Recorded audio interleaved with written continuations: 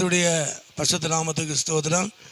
இன்றைய தினத்துக்கான தேவனுடைய வார்த்தையானது 123ஆம் சங்கீதத்திலே அந்த 2வது வசனத்தை நாம் பார்க்கும் பொழுது, இதோ வேலைக்காரியின் கண்கள் தங்கள் எஜமான்களின் கையை நோக்கி இருக்குமா போலவும், வேலைக்காரியின் கண்கள் தன் எஜமாட்டியின் கையை நோக்கி இருக்குமா போலவும், எங்கள் தேவனாய கர்த்தர் எங்களுக்கு இரக்கம் செய்யும் வரைக்கும் எங்கள் கண்கள் அவரையே நோக்கி இருக்கிறது என்று சொல்லி பார்க்கிறோம்.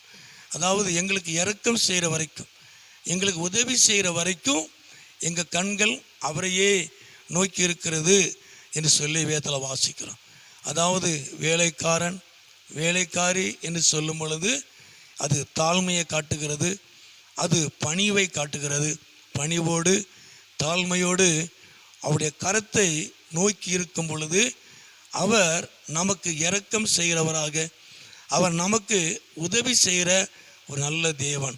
அதாவது இரக்கம் செய்கிற வரைக்கும், அவர் எங்களுக்கு உதவி செய்கிற வரைக்கும், அவர் எங்களை ஆசீர்வதிக்கிற வரைக்கும் எங்கள் கண்கள் அவரையே நோக்கி இருக்கிறது என்று சொல்லி தாழ்மையோடு கேட்குற ஒரு காரியத்தை நம்ம பார்க்கிறோம். நிச்சயமாய் ஆண்டவர் தாமே தாழ்மையோடு பணிவோடு, ஆண்டவரே உம்முடைய இரக்கத்தினால் எங்களுக்கு உதவி செய்யும் என்று சொல்லி கேட்கும் பொழுது கர்த்தர் உங்கள் வாழ்க்கையில் ஒரு பெரிய காரியத்தை கர்த்தர் செய்வார். இதே போல தான் சங்கீதம் 67 அந்த 2ஆம் வசனத்தில் கூட வாசிக்கிறோம். தேவரீ எங்களுக்கு இறங்கி எங்களை ஆசீர்வதித்து உம்முடைய முகத்தை எங்கள் மேல் பிரகாசிக்க பண்ணும். தேவரீர் எங்களுக்கு இறங்கி எங்களை ஆசீர்வதித்து உம்முடைய முகத்தை எங்கள் மேல் பிரகாசிக்க பண்ணும்.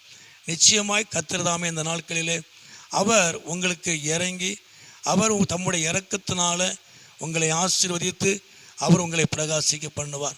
அவர் உங்களுக்கு உதவி செய்வார்.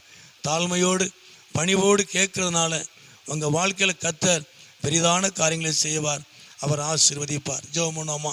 எங்களை அதிகமாக நேசிக்கிற நல்ல பிதாவே, அருமையான அந்த நேரத்துக்காக ஸ்தோத்திரம். உங்களுடைய நாமத்தை மகிமைப்படுத்தும், மகிமையான காரியங்களை செய்யும். இயேசுவின் நாமத்தில் ஜெபிக்கிறோம் நல்ல பிதாவே. ஆமேன், ஆமேன்.